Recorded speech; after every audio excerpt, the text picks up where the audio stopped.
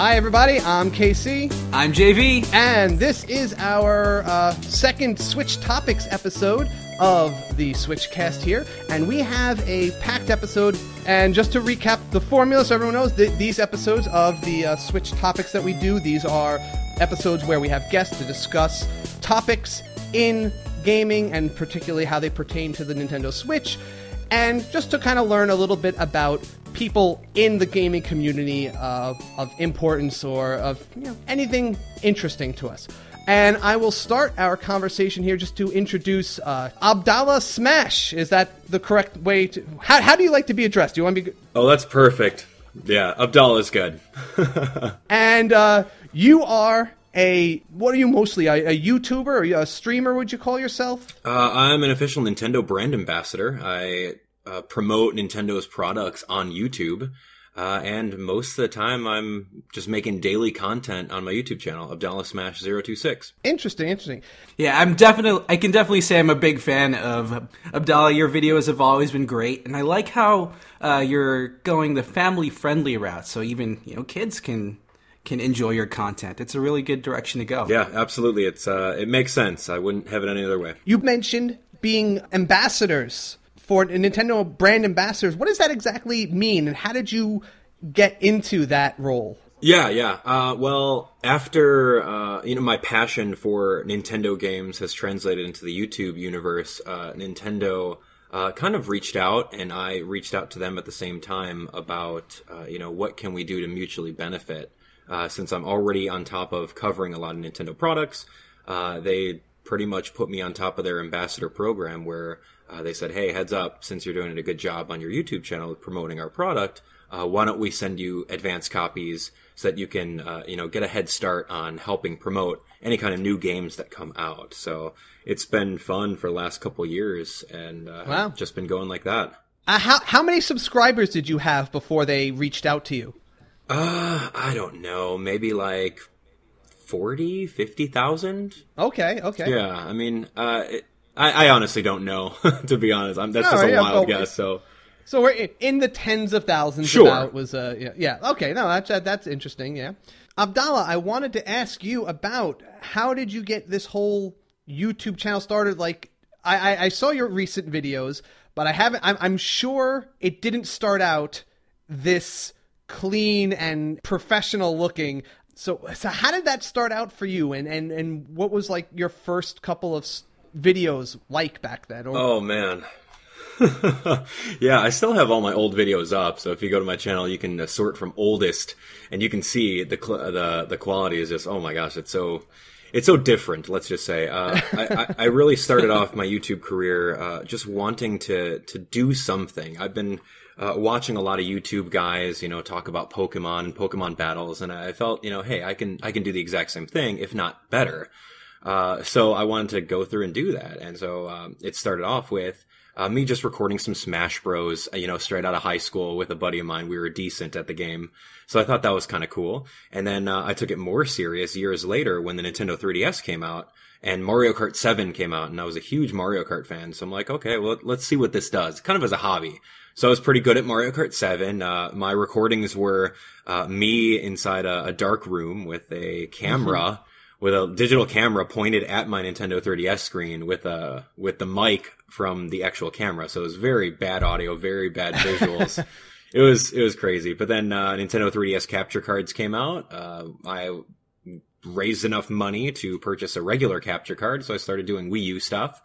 And, it's been, a trial and error ever since. So all my recent stuff is more along the culmination of my efforts of, trying to attain the best quality video, the best quality audio, the best quality, pretty much capture of any kind of game, so that when it comes to the newest game out on Nintendo, you guys can see me playing it first to give you guys a better understanding of what the game is, so that you guys can make the educated decision on if that's something that you want to invest your money into. And now you're on the cusp of 300,000 subscribers, yeah? Yeah, absolutely. We're very close. I'm hoping that we could hit it before the end of the year. That'd be a great New Year's present. But we're going to keep on going either way. What have been your feelings since the Switch has been revealed? What have been your general vibe you've been getting from it, or how excited are you for it? Well, I still remember that when the Switch dropped, I was doing a live stream of exactly when it happened, and it was so funny because the official Nintendo site was there was so much traffic headed to it. Nintendo announced, a couple weeks before the exact date and time of when they would do it. So I was hosting a live stream. It was going to be a cool event. My community was going to go through. We were going to react to it. We were going to talk about it. And then, the site wasn't working exactly at the time. And I'm like, oh my gosh, what's going on? So then I went straight to their YouTube channel, and I was like one of the first people on their YouTube channel to watch that. And I was just so taken aback. I'm like, what is this? What is this Switch? Are we watching the NX? What is this thing? But after watching it 10 to 15 times that one day and just analyzing every single detail upon every frame, it's been really exciting, and it's kind of bittersweet because that marks the end of the Nintendo Wii U life cycle, and that's kind of sad to me because I love the Wii U regardless of all the flack that people give it. It's a pretty decent system, and there's a lot of good games for it. And at the same time, even though Nintendo says it's not going to do away with the Nintendo 3DS, I mean, that's kind of bittersweet too, because, what are you going to have, a Nintendo 3DS, or are you going to bring your Nintendo Switch? It's kind of competing with itself almost, but I'm excited for it. I can't wait to see what they're going to have in store for it. You know what? I couldn't have asked for a better segue right into our main discussion topic, and what we are here to discuss today is the third-party question about Nintendo Switch and what its importance is going to be going forward for the lifespan of the new system. But before we do that, I actually want JV, could you just recap for the listeners? Because I put out a survey asking them for their third-party games of choice, what they were looking forward to. But I don't think a lot of people understood exactly what third-party meant, because I got a lot of people saying Mario and Pokemon as their favorite third-party games they're looking to. So could you just recap for the listener, what is a third-party game? Sure. So if you guys don't already know, there are, I guess, 3 different parties of games and developer teams. First-party developers are, Nintendo themselves, the people who release the console. That's the company who owns the console, essentially. Second-party developers have partnerships with the console maker. Sometimes they're partly owned, but not completely tied to the console that they're releasing in. Like Rare, that was like an example of them, or possibly Mistwalker. Game Freak. I don't know if they would count. Maybe there's kind of a gray area. Kind of. So first, second-ish. So straddling the line between first and second. Okay. But what we're talking about today is third-party developers. So these are developers who are independently owned, separate from a console maker. They can essentially release their products to multiple consoles without being tied to any specific company. Just like EA is a third-party development company, Ubisoft, Blizzard, that type of stuff. So not anyone that's tied to a console. So let's start this discussion with a little bit of baseline and kind of understand where we're coming from with this. And I wanted to ask, how important have third-party games been for Nintendo in previous generations? Abdallah, you're playing 3DS right now. You're streaming a lot of 3DS stuff, and I don't know how far back you've gone. Do you mostly get requests for the first-party games? Do you play, what are the big third-party games maybe that you've streamed in the past? How important have they been for, the consoles that you've done in the past up to now? As far as YouTube goes, I would say that they're very important. I tend to focus on your bread and butter Nintendo stuff. Everyone, whenever they think of Nintendo, they think of Mario, they think of Zelda. So those are the things they think of. Pokemon. Those are the things that I tend to lean towards. Right. But I'm not opposed to busting out a third-party game. I've been recently obsessing over the third-party game called Yokai Watch. Oh right, yes. Which is just recently came out to the West. It's been localized since last year, 2015. Even though it's been in Japan for 3 years at least. And I love that, and the fact that there are so many different third-party games throughout Nintendo's history, and there're just so many of them that are good. But when it comes to it, there just needs to be a lot more.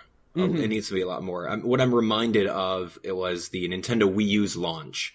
I remember that that huge promise of, hey, we're going to get so much third-party support right at the beginning.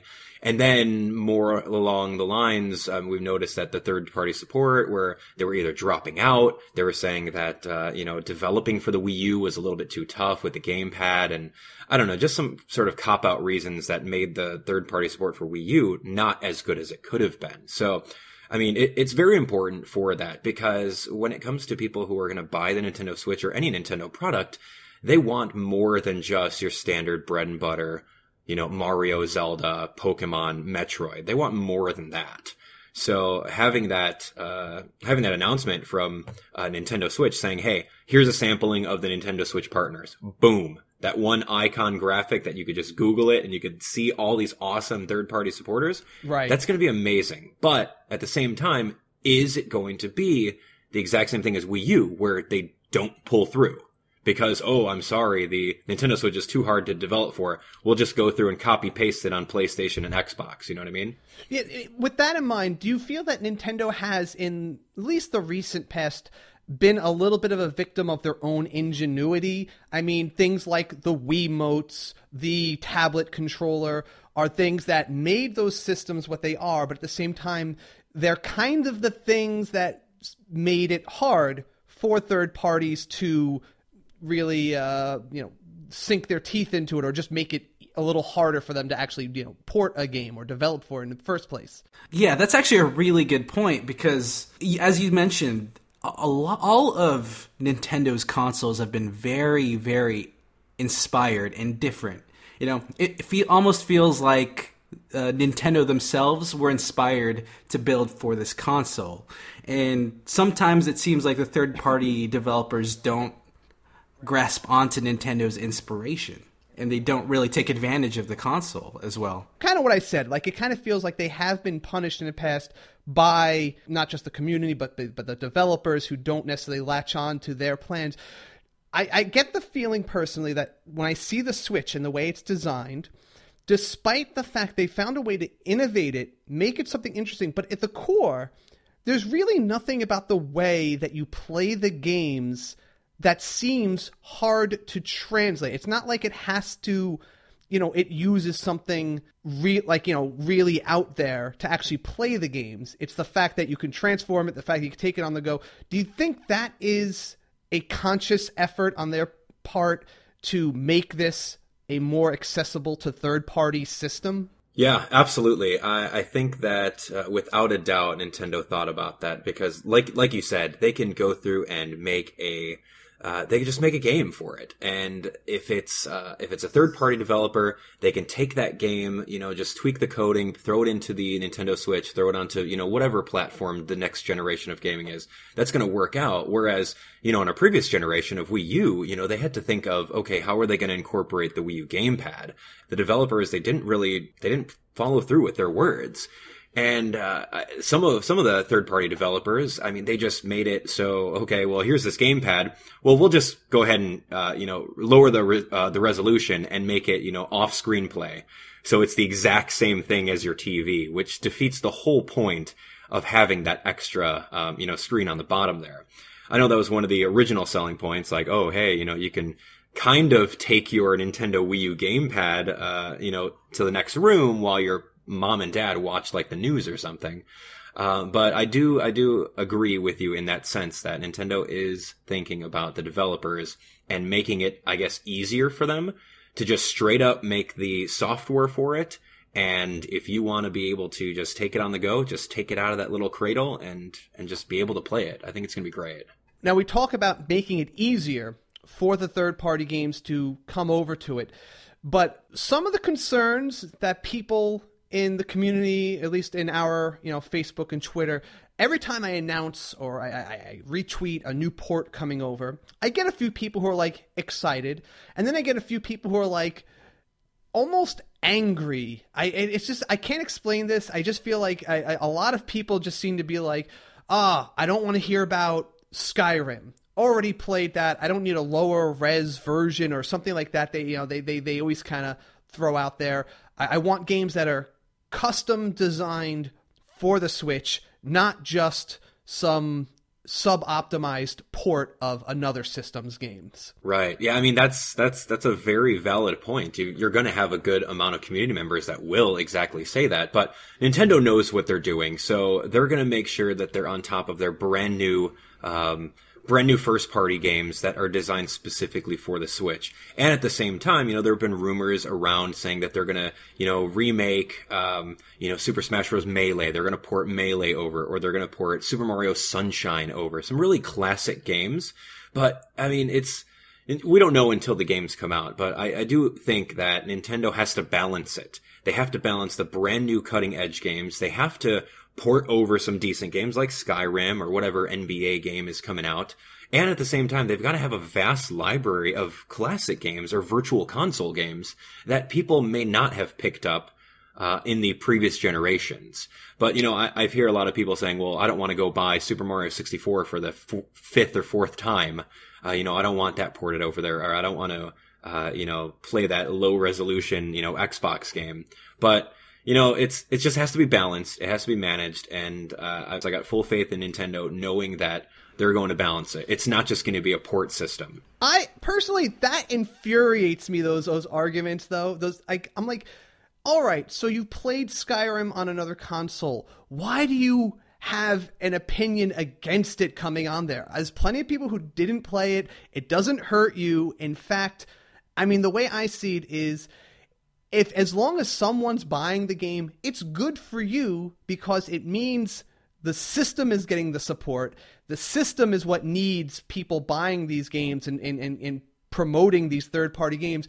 Why be angry and make it sound like this is a bad thing in any regards? I just can't grasp that.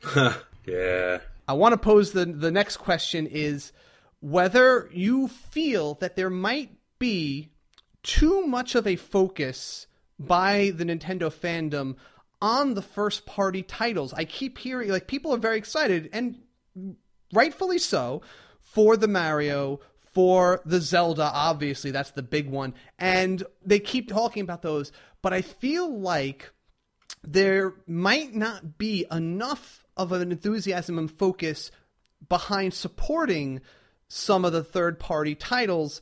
And it could come down. I mean, I don't think it's likely, but I do feel it's picking up. But do you feel that maybe the fans don't pay enough attention to the great third-party work that's out there, and that might have a long-term detriment to the system?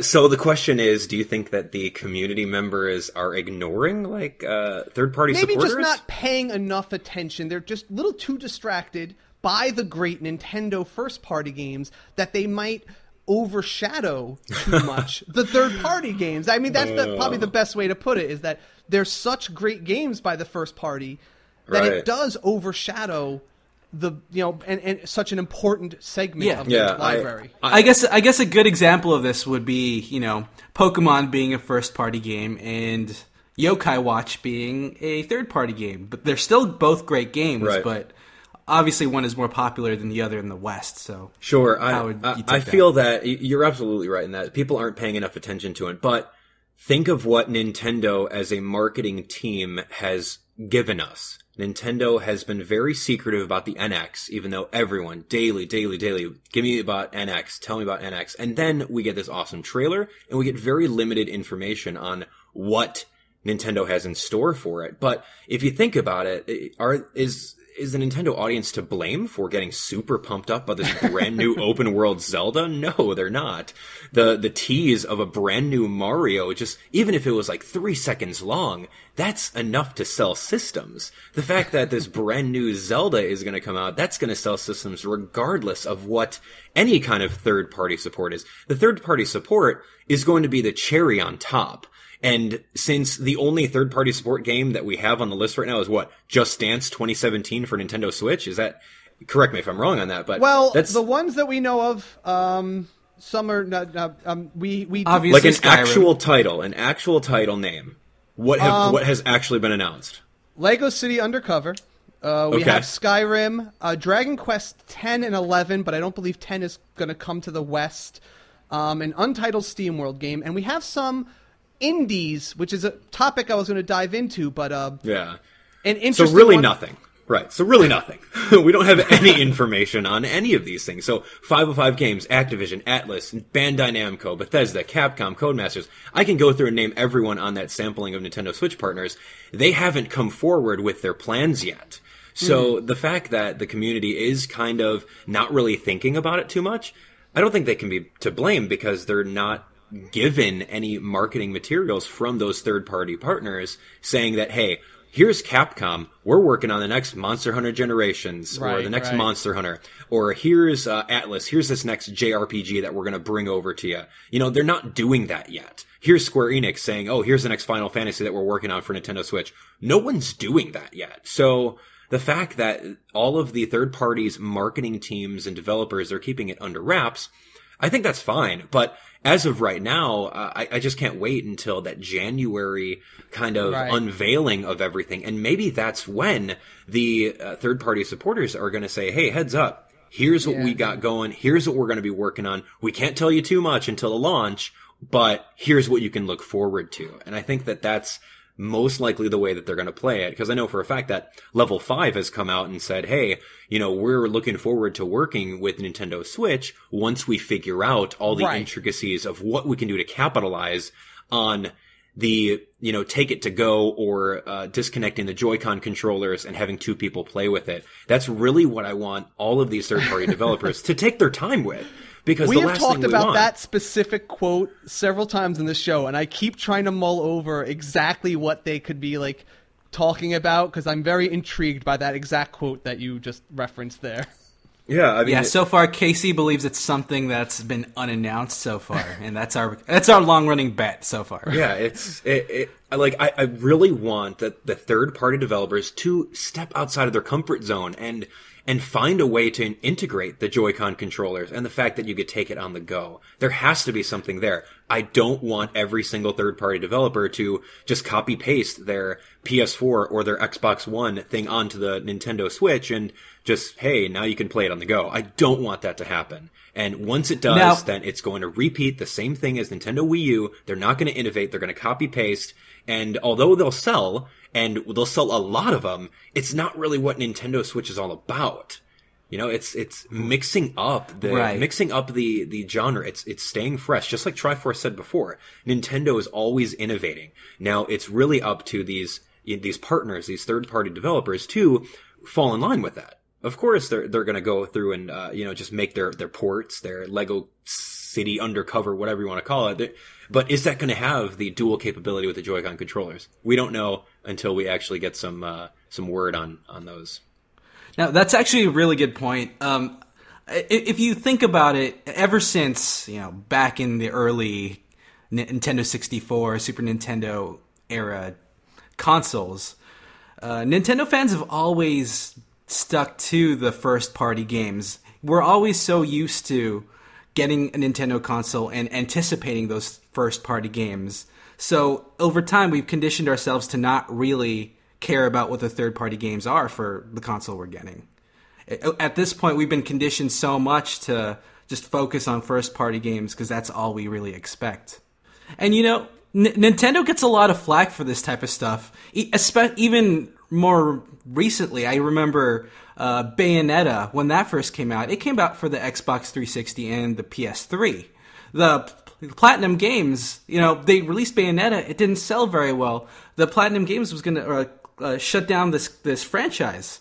But Nintendo came along, saved the company, saved the franchise, and brought Bayonetta 2 to the Wii U. Now, a lot of people started complaining about that, saying that it didn't belong in the Wii U. Bayonetta 2 wouldn't have come out if it wasn't for Nintendo, and so there's definitely that bias there that really shouldn't be there. We mentioned a lot of the indie titles and what they've been making, and just recently we had there was a series of announcements in the last week. First, Stardew Valley was canceled for Wii U. It's coming over to the Switch. Just this week, or just yesterday actually, Yooka-Laylee, which was kind of a Banjo-Kazooie spiritual successor, let's say, also canceled for Wii U, coming to Switch. Binding of Isaac, that too. Do you think that the retirement of the Wii U was actually part of like a strategy to do this, or do you think this is just going to happen naturally? That's a good question. So I was kind of awestruck when I got the email, because I'm a backer for Ukulele on Platonic Games, and they usually give us an email update on what's going on. So right now it's like, whoa, hold on, you're canceling for the Wii U, but that's what I pre-ordered for. But the fact that they're bringing it to the Nintendo Switch is pretty decent. But like, to answer your question, I think it is premeditated. It would be bad for them, considering all the money that they have from Kickstarter backing for Ukulele specifically. They can easily do it. But in their email, they detailed, for technical constraints, they weren't able to do it. So I think that it would be smart to release on both, regardless, because people will still have a Wii U. It's not like, Wii U's will stop being on the market. It's not like all the Wii U's are going to disappear off the face of the earth. I think it's a bad business decision if they're not going to release it on both, but I kind of think that, maybe they're just going to focus on, since they know that it's a dead console as of right now, they're just going to focus on it. Stardew Valley, they probably know what they're doing. It's pretty crazy. Well, they are independent developers, so maybe they only have a limited amount of resources to invest in developing for a Nintendo console, and seeing how the future is trending, people are getting so excited for the Switch, and they want to start in a platform that's fresh, that's going somewhere.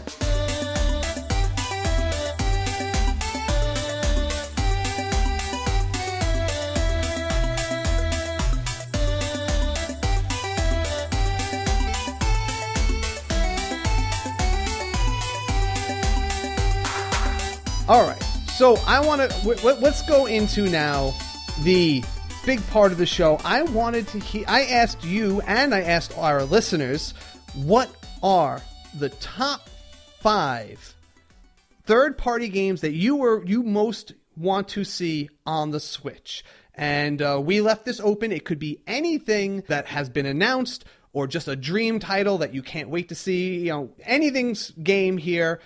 And so we have a top 5 from each of our guests here, myself included, and then I'll go over and we'll compare notes with what the fans voted for most. So let's start with the number 5s here. And number 5 for Abdallah. You can go first. Number 5 for me. Okay. Let's see. I would say the most... I'm really excited for Platinum Games to see what they're going to come up with. As we talked about in the Switchcast over here, we've talked about how, Bayonetta 1 was an okay game, but then, Nintendo came through and saved it for Bayonetta 2. I would really like to see, what would happen. Is there going to be a third one? I personally haven't played through the second one all the way to the end, so spoiler alert, don't ruin it for me. But I can figure out that, it's such a cool, beloved franchise. Bayonetta is going to get her own amiibo for Super Smash Bros. People who have never heard of Bayonetta and they're fans of Smash Bros. Are now kind of intrigued as to, who's this character? Where is she from? I want to go through and play all of her games. So I would be very, very excited to see what Platinum Games has up their sleeve.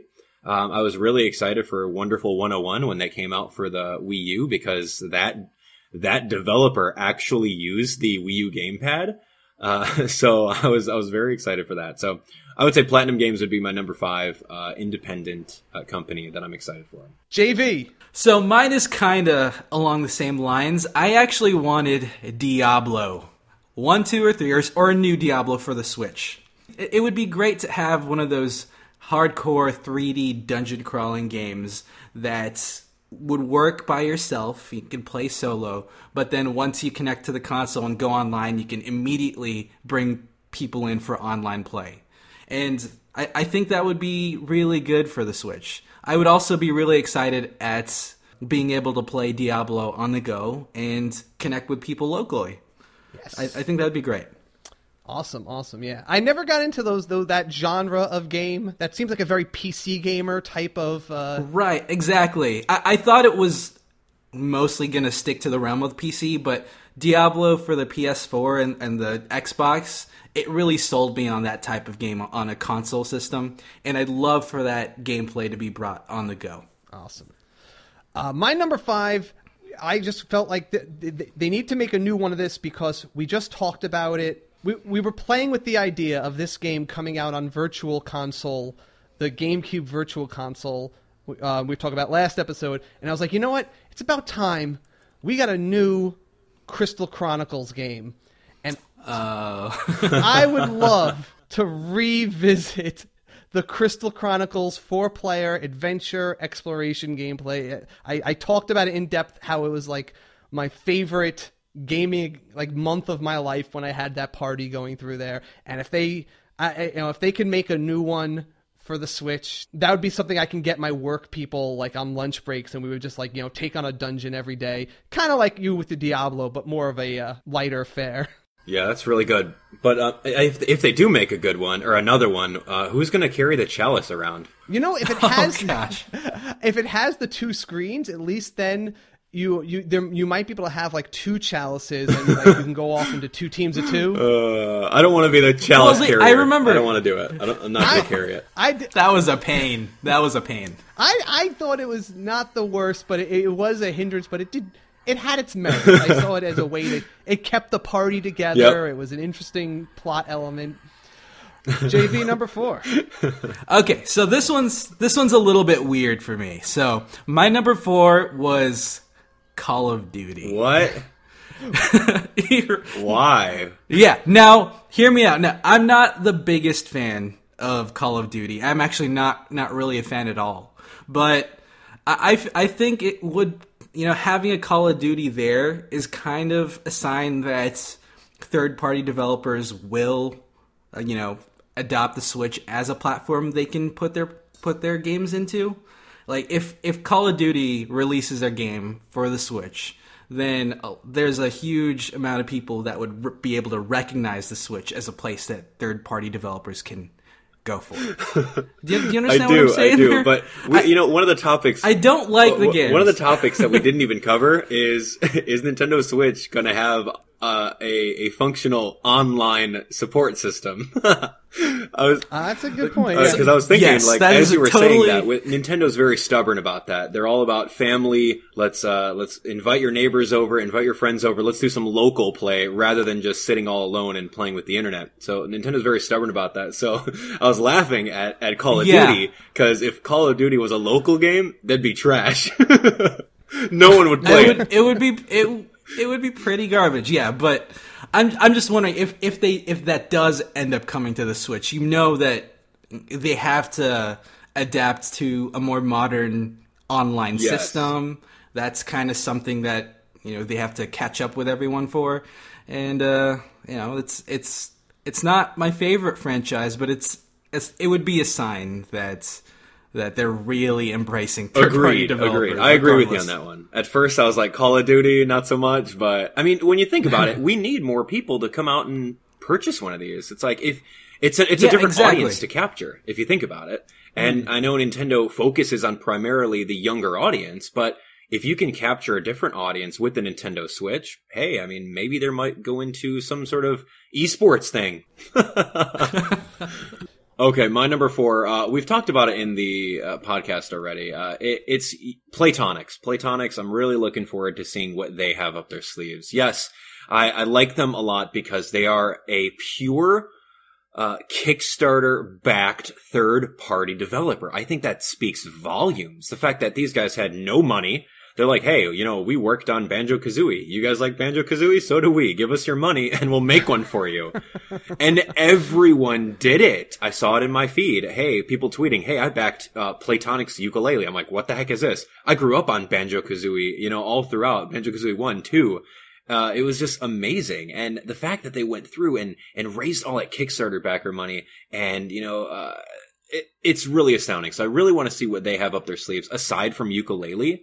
It's just now they're going to be competing with all of the other Nintendo Switch partners, and that speaks volumes to me. Just an indie developer that started from nothing is now competing with the likes of Capcom or Bandai Namco or Square Enix even. I think that's amazing. Yeah, I completely agree with you there. And what I'm also excited about ukulele is the fact that it does have local multiplayer. It has local co-op multiplayer, and I want to see how that would work with portable Joy-Con That's controllers. right, and don't be lazy. Being able to play. I swear, if they're lazy about it, I'm going to be really upset because they're just oh my gosh. But anyway, go for it. I feel like they'll be a pioneer for the Switch. I think it'll be good. My number 4, I'm going with one. I just one of my favorite game series, and it's something I feel of all the things on my list, it's one of the ones I'm most certain I will get to play sooner or later. But I just want to see the Professor Layton series continue, and I would love to see it on a Switch. And if it's the Lady Layton, I'd be actually even happier. I almost feel like it's a great passing of the torch to the next generation of Laytons. And I don't know. I just don't want to have that chapter of games in my life come to a close. And I feel like the Switch is the best place for it to continue, and assured I will continue playing those games for another 6 or 7 years. That's always been a thing between you and me, Casey. You've always been the biggest fan of Layton, and I've been a fan of it, but not quite as big as you. And you've been the Phoenix Wright guy. Yeah. I love Phoenix Wright too. It's like right in there, and just the crossover game is just, brilliant, amazing, spectacular. It's just like getting to watch, Bruce Lee fight Mr. T. It's just like dream. Yeah, that's good. You know what? I'm gonna pick it up from here, because this seems like number 3 was the JRPG spot for us. I did put as my number 3 Dragon Quest X, the MMO one. Yeah. Because you know what? That's the one. It's in Japan. It's the MMO one. It's been running on the Wii U there. I don't think it'll come here, but I'm holding out hope that because it is confirmed for the Japanese, Switch. But whether we're going to get it here is another question. And it's so, if you've played any of those Dragon Ball Z games that came here with the character customization options and just being able to make, it's like that times 10. There's great character creation. It's not here. And the thing about it is everything you guys said applies, except now it's the first time if I want to grind my MMO character, I can do it at my lunch, or maybe I'm waiting for party.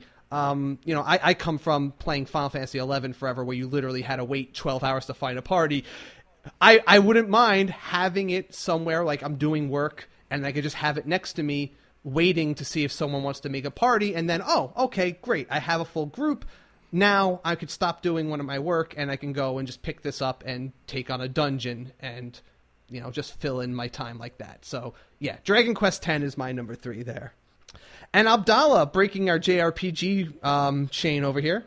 My original number 3 was Yacht Club Games for Shovel Knight. I love Yacht Club Games, nice. And Shovel Knight has been an awesome game.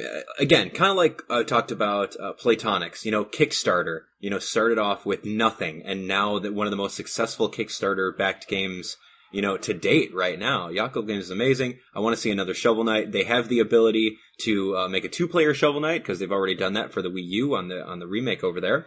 So I'd like to see something more along the lines of that. Grab the 2 Joy-Con controllers, bust out Shovel Knight, maybe use Plague Knight, King Knight, any of those characters in that realm would be really fun. But that's kind of along the lines of, indie developers. Now that I'm thinking about it, my real number 3 is I would really like generic collection games. Okay. So hear me out on that, man. Collection games. We all saw the success of the NES Classic, right? 30 games, $60. That was amazing. Now bring that to the Nintendo Wii U. Give me a Mega Man collection. Give me anything that has more than 3 games in it. Give me a collection of that. Yeah, that would sell. That's it. Just give me a collection. Call it there. It's anything you want. Make it the Street Fighter collection and have all the Street Fighter games, so that whenever you're over here and you got your buddy, grab the extra Joy-Con controller and just have at it. And just go for it. Or like Streets of Rage, Sega Classics collection.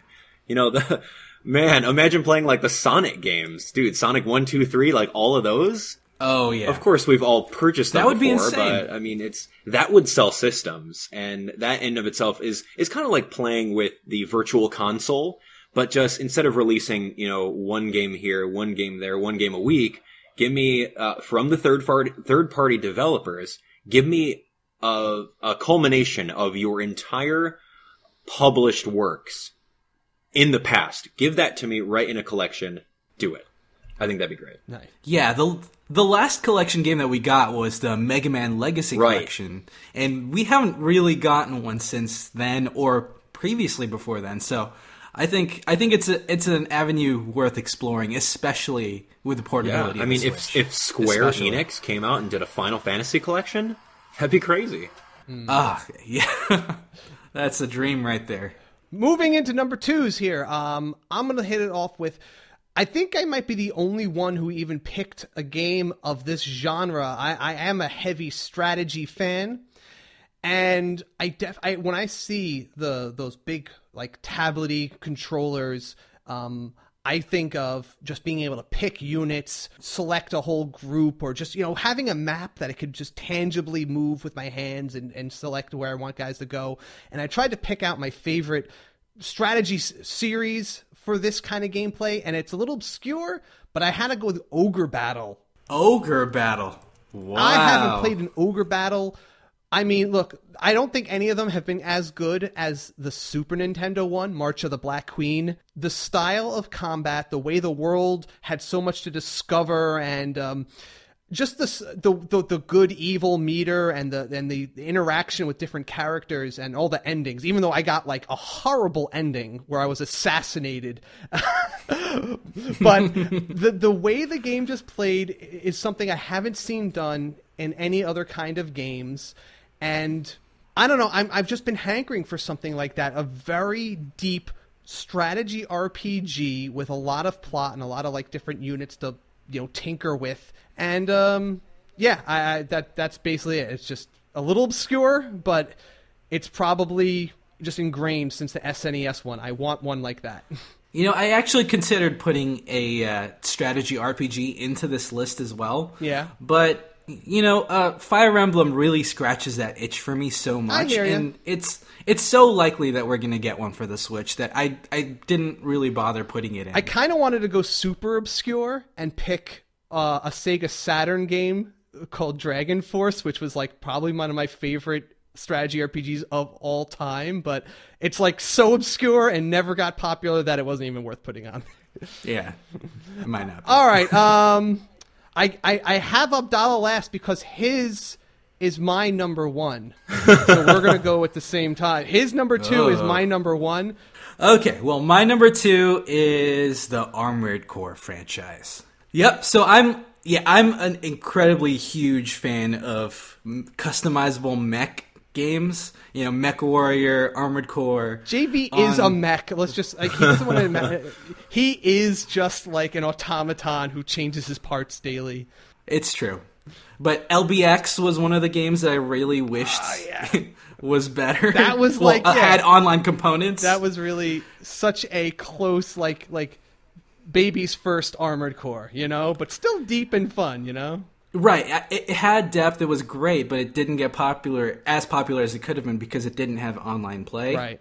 I want an Armored Core where I can customize my mech and make it my own, and then battle someone else locally or online on the Switch. That's what I'm looking for. Nice. Abdallah, your number 2 and my number 1. Let's dig into this one. What you can announce? What is your number 2? Yeah, absolutely. Number 2 has got to go to Capcom, specifically for Monster Hunter. That game is just so good, man. It's Monster Hunter Generations, the last launch. I mean, I have been a Monster Hunter noob ever since this Monster Hunter Generations came out. I've been missing out on this whole thing, and now that Generations came out as my first title. I thought the community is really awesome. The learning curve is a little steep, but after you do some time and you do some research on it, it's a really fun game. And the fact that Capcom has been putting a lot of effort towards marketing Generations, it's only going to be even more successful going and just playing online with people. That would be really good. I don't know how they'd incorporate the Joy-Con controllers with 2 people local, but I think that Capcom's going to do good. Tough, but you know what? I mean, like, you might not be able to do two Joy-Cons local. It might need like, you know, the actual, like, maybe it might be able to use two Pro controllers locally. You know, I don't think it even. Yeah, really it doesn't. needs that. It doesn't. You just bring your old, you bring your own Switch and you hook up and you just hunt some monsters. Done. Now, I actually had the exact same experience as you. My first Monster Hunter was Monster Hunter 4, and I just kind of avoided the series before then since I heard it was too hard. But once you get into it, and once you go into the community and see what everyone is excited about, you know, you just start playing, and after a certain point, it just clicks. Right. And then you go for it, and then you're hooked in the series. It definitely takes a good tutor is so important. I had my Monster Hunter mentor who kind of just helped me find my weapon to master and really get into the, you know, the deep strategy of like studying the monsters and beating them, but then working as a team, like not just playing it solo. And since then, I've been trying to be the pedagogue for people in my office, and I try to train them up. But then, like, you know, maybe like one or two out of every like 10 I teach, like, actually gets into it, and the rest are just like, nah, I'm just gonna, you know, play it casually, and then they get tired of it and they kind of fall. It is a hard game, but it does require. I do think if the community builds up and we get more people who are willing to teach each other this game. Maybe if it had voice chat, I think that would be a lot easier. I don't think they'll do that. It's already hard enough for them to make a decent online experience. And they've done a great job on the 3DS ones of getting as good an online experience. Heck, the Wii one, I thought that was borderline MMO. That was a great online community. I even had the voice chat for the Wii, and it worked competently. And, I mean, I got to hand it to Capcom for doing that, and I can't wait to see what they could do on the Switch with this. Right, and I do think it would get it would get the same benefits from what we talked about the JRPGs earlier. It's a game where you can just lie back on a bed and grind out for parts, but there are also some moments when you just want to play that thing on a huge TV while you're battling a gigantic, you know, Devil Joe or something. Yeah. I think being able to play Monster Hunter on a console is going to look incredible, and the fact that you can take it to go is useful. I can't think of the last one that I played on a console, other than the Wii. Before that, I think it was on PlayStation 2, was like one of the first Monster Hunters. It's really, and then it's been on PSP and the 3DS since mostly. Well, Monster Hunter 3 Ultimate came out for the Wii U, and that got pretty popular. Oh, but, right, yes, it had the both. Yeah. All right, what's your number one, JV? Mass Effect. Mass Effect was my number one. I am in absolute love with that franchise, that series. It's a game that's mostly single player, so online connectivity isn't even really that big of an issue. And it's just one of those games that I adore. I love the characters. I love this franchise. I love the gameplay, and I want it on the Switch, and I want it to go. It's something that really excites me, and it's a game that isn't really on a Nintendo franchise right now, other than, you know, Mass Effect 3 on the Wii U. It's not a game that's often explored in the Nintendo space. Interesting, yeah, no, that's very true, very true. So my number one has got to be the developer Level 5. Level 5 has been picking up steam throughout this last couple of years. They've been doing such great work ever since, last year with Yokai Watch coming to the States. I mean, Yokai Watch, if you guys have ever played it, and you guys are fans of Pokemon, Yokai Watch literally makes Pokemon run for its money. Yokai Watch is so good as far as monster collecting and battling games go. Yeah. They already have 3 versions of the game. They just came out with a spin-off of their 3rd version in Japan. Literally today it came out. And there's just so much with that franchise. There's so many different games. There's so many spin-offs. It's a multi-billion-dollar industry in Japan. And I just wish that people would give it more of a shot here in the States. We just got Yokai Watch 2 localized just this November. It was localized. It's made it. We've got an app game, Yokai Watch Wibble Wobble, We've got, things to look forward to in the future, like Yokai Watch Blasters, and potentially Yokai Watch 3 if it gets localized. But for the Nintendo Switch, Level 5, the developer is awesome. You guys mentioned Little Battlers experience. There is the Inazuma 11 series. That's something those are great. Yeah, too. those are great games. And I talked a little bit earlier about a collection. I would love to see a Level 5 collection of all the Inazuma games. That would be awesome on Nintendo Switch. And just, there's so many possibilities with the Level 5 titles. I think that I'm just really pumped up to see what they're going to bring for us, regardless if it's Yokai Watch or not.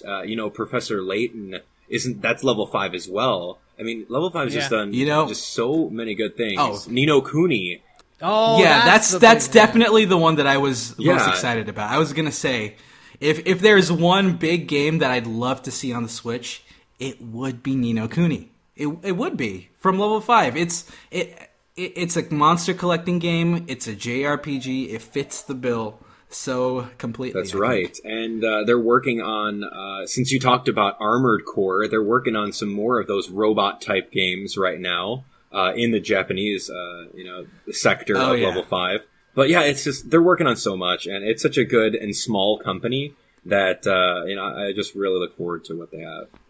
I'm actually surprised at how small they actually are, considering just the sheer quality and grandeur of the games that they put out. Oh man, they're super tiny. Like their branch in the US is like 4 to 5 people. It's crazy how tall they are. Even some of their more their simpler games. Like, have any of you guys played the Layton Brothers mystery game on iPhone? No, I have. All yeah. right. Of course, I have. No, I haven't. Yeah. They you can tell it's a game that was not expensive to make. It probably didn't have a huge team at all, but it's still for a minimalist. It's basically called minimalist Phoenix Wright. They give you a scene, they give you a setup, but it has all the same feeling of doing the investigation and coming to a culmination, just kind of condensed into little vignettes. They really just have some very good talent, and like you said, it's a small team with a lot of potential. Yes. That's a really good one. That is a very good one. We actually have one more top 5 to run down, and that is the listeners voting. Ooh, and we're gonna, here we go. Ooh. All right. I wonder what they say. All right. So let's just hit these up, and let's see how they compare to our own choices. Number 5 on the listener choice. Ukulele actually came. Huh. Yeah. And that's really surprising because all the other things on here are established, very well-known series. The fact that Ukulele got enough votes to appear on this list, and it's a game that, I personally hadn't even heard of this game until this week when I heard about it switching over. That's really a phenomenal reaction by the fans. Well, if you think about it, Banjo-Kazooie came out on the Nintendo 64, and it was one of those games that really captured so many people's hearts. And the fact that this is a spiritual successor to that is, I think it's natural for Nintendo fans to be excited about this. Close number 4, Grand Theft Auto. I got a ton of people who just want to see a Grand Theft Auto on the Switch. I think... here's my theory, though. I feel like most people who like Grand Theft Auto, on a system like this, they're not playing the game through. They just like to have a portable city destruction toy. Yeah, I don't think that's the demographic that Nintendo would even do, to be honest. I think that's a bit more of a stretch than my Call of Duty recommendation earlier. And a complete 180 of direction. Number 3, Kingdom Hearts. No, you see that one I can actually see. Yeah, you can appeal to both, older gamers who love the Kingdom Hearts series, and it still has an appeal to younger kids who love Disney. So I think that could work. Plus, Kingdom Hearts Chain of Memories came out on the Game Boy Advance. That was a good one. So there's a history. There was a 3DS version, wasn't there? The 365 over 2 days. Oh boy, I hate those titles. Yeah, Dream Drop Distance was right.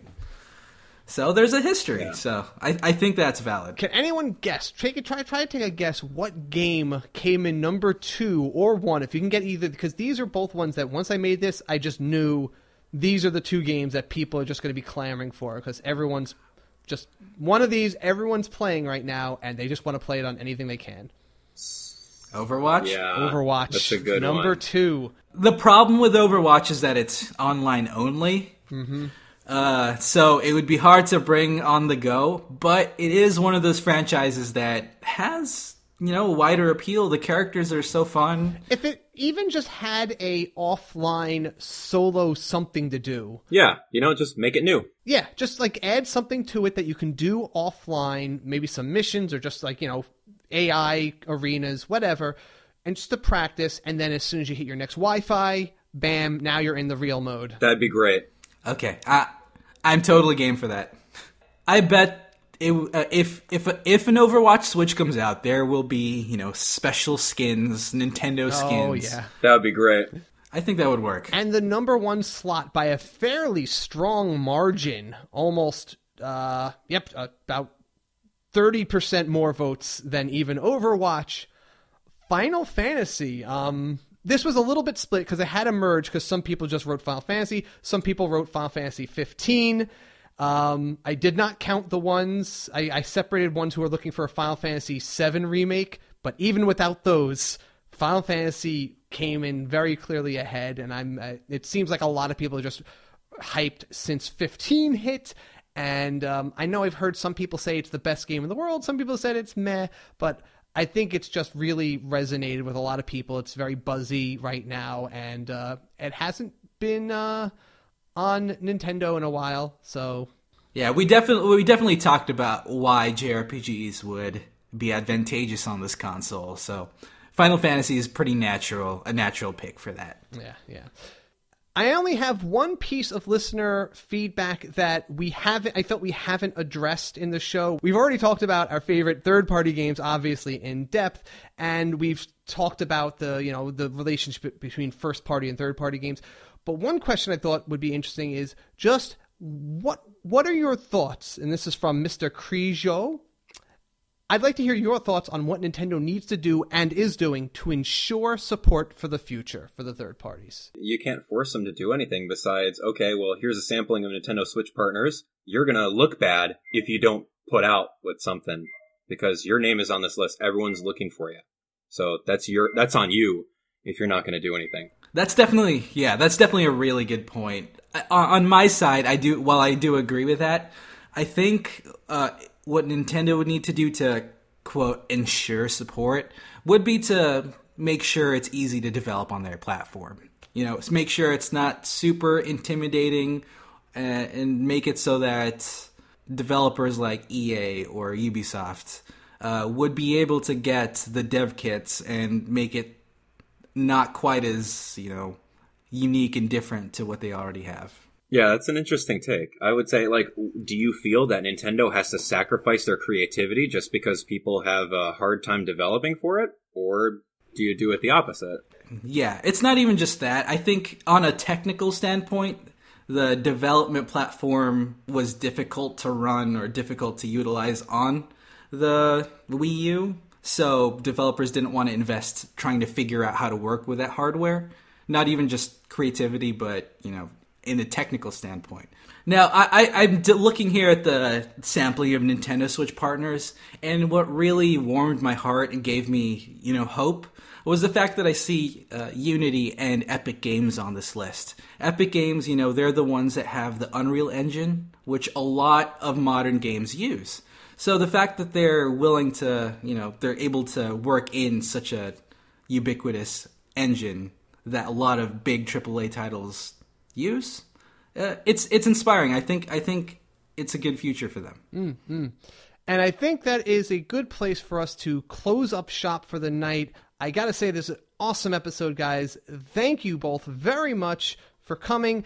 And AbdallahSmash, how can we help you break that 300 subscriber level? Oh man, that'd be great. No, you could just literally type in Abdallah into the YouTube search. You'll find me all over the place. You can also subscribe to AbdallahSmash026 on YouTube for the latest and greatest Nintendo coverage. I put out daily videos of Nintendo, so it's great. I'd love to have you guys on board, and shout-outs to each and every one of you guys for taking the time for having us on your show. And of course, shout-outs to all the people that have listened for the last 2 hours. That's a big chunk of your time that you have spent with us.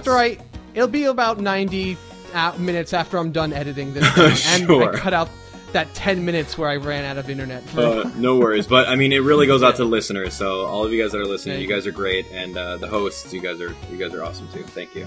And for those of you who want to find us and more about the Switchcast, you can follow our Twitter at the Switchcast. We also have the Facebook group that everyone's welcome to join.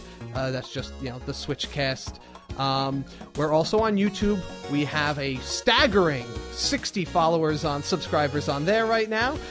And that's and you can also swing by our new homepage that JV just launched. Actually, that's the easiest way to find everything we do. That's just going to be basically a hub to link to all of our other little pages for now. Maybe in the future we'll have some articles, but right now it's just kind of a node to find the rest of our stuff. And awesome job you did on that, JV. It really, I know you said you're ashamed of your imperfect work, but it's really good. Yeah, it's theswitchcast.com. You kind of sprung that on me, Casey. I didn't really expect to launch it so soon, but but it's out there. If I didn't spring it on you, it wouldn't be up until February. That's fair. That's fair. But yeah, that's everything. Again, also thanks to Essa for the music. Everybody, thanks for listening. Until next time, switch it up.